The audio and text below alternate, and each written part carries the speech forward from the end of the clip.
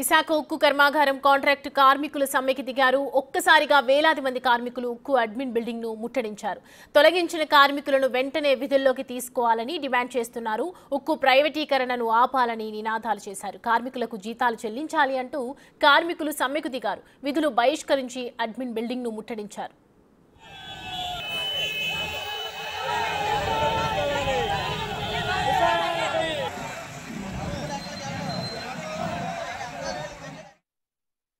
తెలుగువాడు వద్దంటూ గత 15 రోజులు కొట్లాడి 11,440 కోట్ల రూపాయల ప్యాకేజ్ తెచ్చుకున్నది ఉద్యోగాలు తీసేయడం కోసం అని చెప్పి అడుగుతా ఉన్నాం.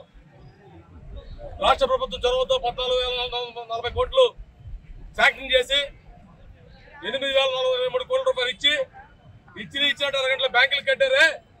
అందులో ₹1 మిషన్లకు ఖర్చు పెట్టారా? ₹1 జీతాలు ఖర్చు పెట్టారా? ₹1 రామెట్లు ఖర్చు పెట్టారా? లేదే బ్యాంకులు అప్పులు కట్టారు.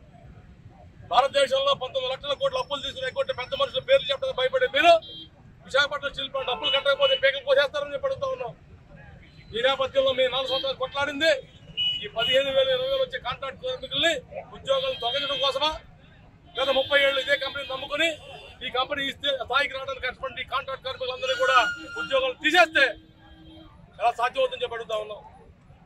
ఇప్పటికే ఇద్దరు గుండెపోటుతో చనిపోయారు. ప్రతి 3 నెలలకి 14 తీయాలని చెప్పేసి నిర్ణయం చేశావు. ఏ పత్రంలో నిర్ణయం చేశావు? విశాఖపట్నం స్టీల్ ప్లాంట్ 7.5 మిలియన్ టన్నులు ఉత్పత్తి చేయాలా? ఈ రోజుకి 5 మిలియన్ టన్నులు ఉత్పత్తి చేస్తా ఉన్నావు. పూర్తి స్థాయిలో మ్యాన్ పవర్ లేదనే విషయం నీకు తెలుసు. కాబట్టి ఢిల్లీలో కూర్చొని నువ్వు అనుకుంటే సాగాలంటే సాధ్యం కాదు.